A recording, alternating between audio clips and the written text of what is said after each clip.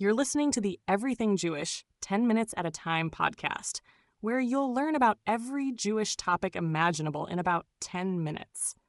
Before we dig in, let me get my standard little apology out of the way. My Hebrew pronunciation isn't exactly yeshiva trained. In fact, since my voice isn't even real, it's an artificial intelligence voice, it sometimes sounds like Google Translate and Waze had a baby and tried to sing the Torah portion. So, if I mangle a word or two, just picture me shrugging like your uncle at a family simcha and saying, "New.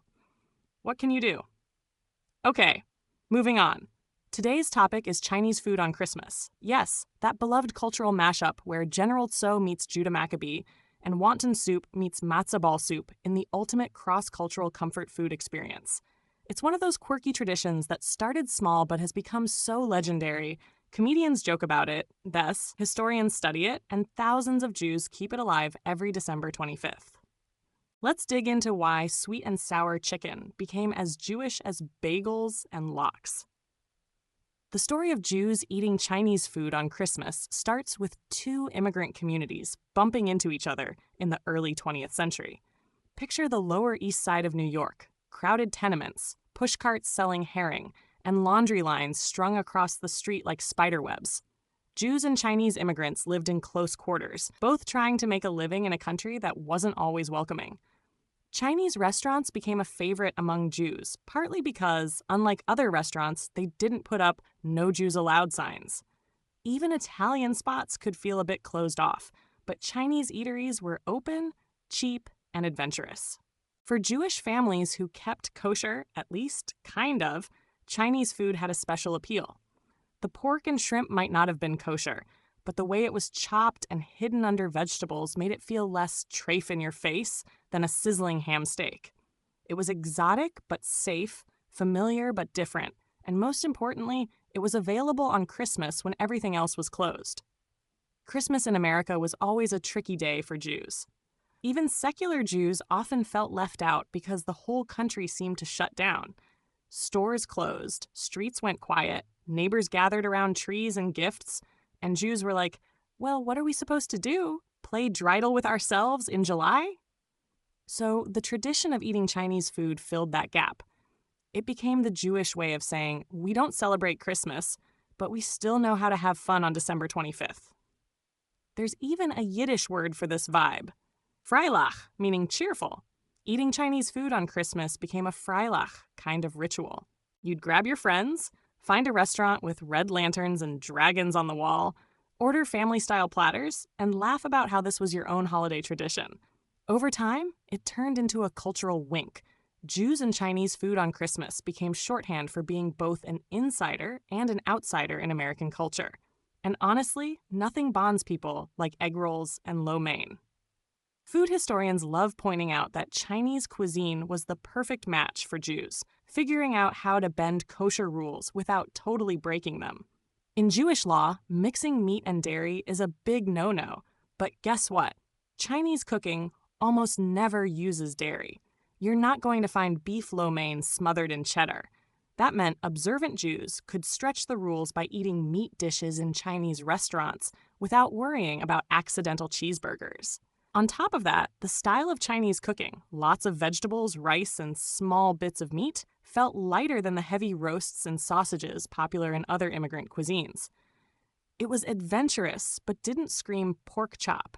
Rabbis, of course, weren't thrilled with the loophole, but plenty of Jews rationalized it as kosher style, which basically means not technically kosher, but my bubby won't faint if she hears about it.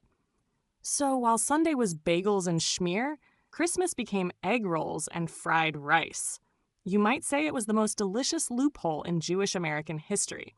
By the mid-20th century, this quirky practice had turned into a solid cultural ritual. Comedians like Jackie Mason, Jerry Seinfeld, and Sarah Silverman started cracking jokes about it because every Jewish audience immediately understood. In fact, one of the most famous Jewish jokes is, "The Jewish Christmas story? We eat Chinese food and go to the movies. That's it. No manger, no shepherds, no mistletoe, just egg, foo young, and popcorn." Movies and Chinese food became the great Jewish December 25th double feature. And it wasn't just about filling time. It gave Jews a way to bond with each other and laugh about their outsider status in a mostly Christian country. Think of it like a cultural hack. Instead of sulking about not having a tree, Jews invented their own tradition. Plus, Hollywood theaters were often open on Christmas, and since Jews had such a big role in building the American film industry, there was something poetic about watching movies on the holiday while eating a cuisine that also represented immigrant resilience. Let's talk menu, because the food itself is half the fun. For many Jews, Christmas meant walking into a Chinese restaurant and ordering all the classics. Egg rolls that crackled louder than Uncle Sol's laugh. Hot and sour soup that could clear your sinuses faster than Vicks VapoRub. Beef with broccoli, and that mysterious pile of fortune cookies at the end. Over time, American Chinese dishes like General Tso's chicken, sesame chicken, and sweet and sour pork became as common in Jewish homes as brisket or kugel. There's even a saying among some Jews that their kids learn to use chopsticks before they learn to use a dreidel. Chinese food on Christmas wasn't just about what was available. It was about building comfort food traditions. And here's the kicker.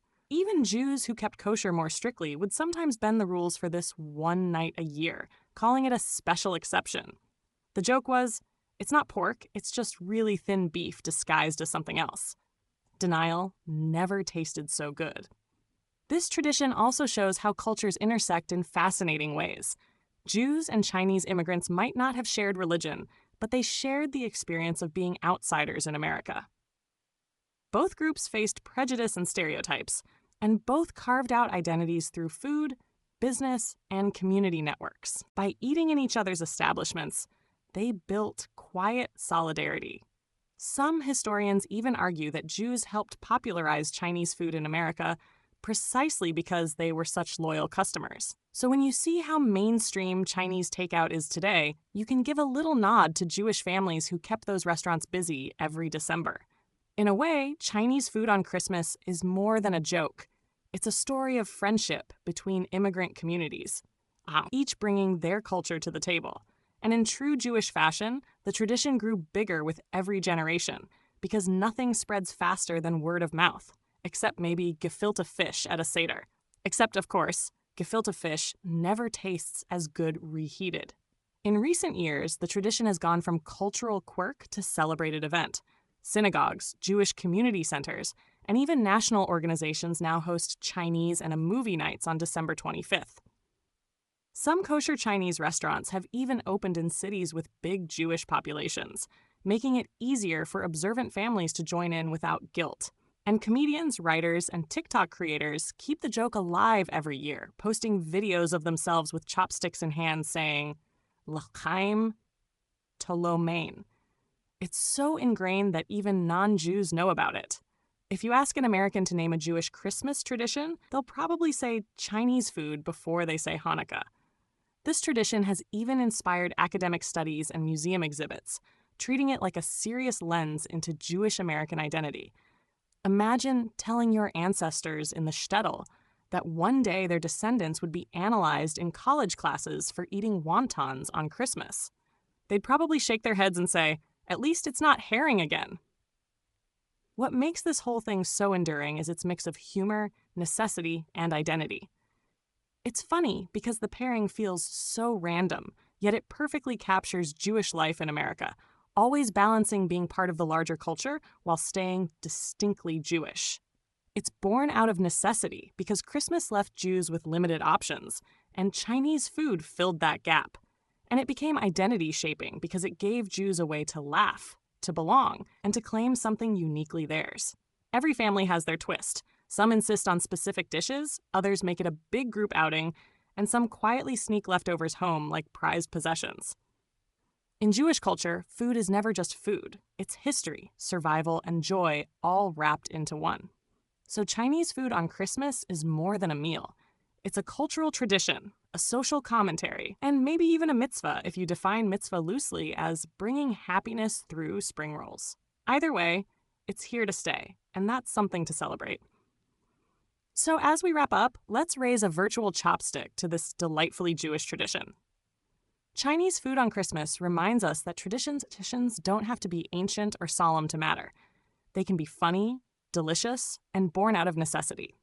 It's a reminder that Jews have always found creative ways to navigate being outsiders while still finding joy. Whether you're crunching on an egg roll, sipping wonton soup, or joking about your fortune cookie saying, "Call your mother," you're part of a long line of Jews who turned December 25th into something special. Thanks for joining me on this tasty journey. If you enjoyed this episode, do me a favor.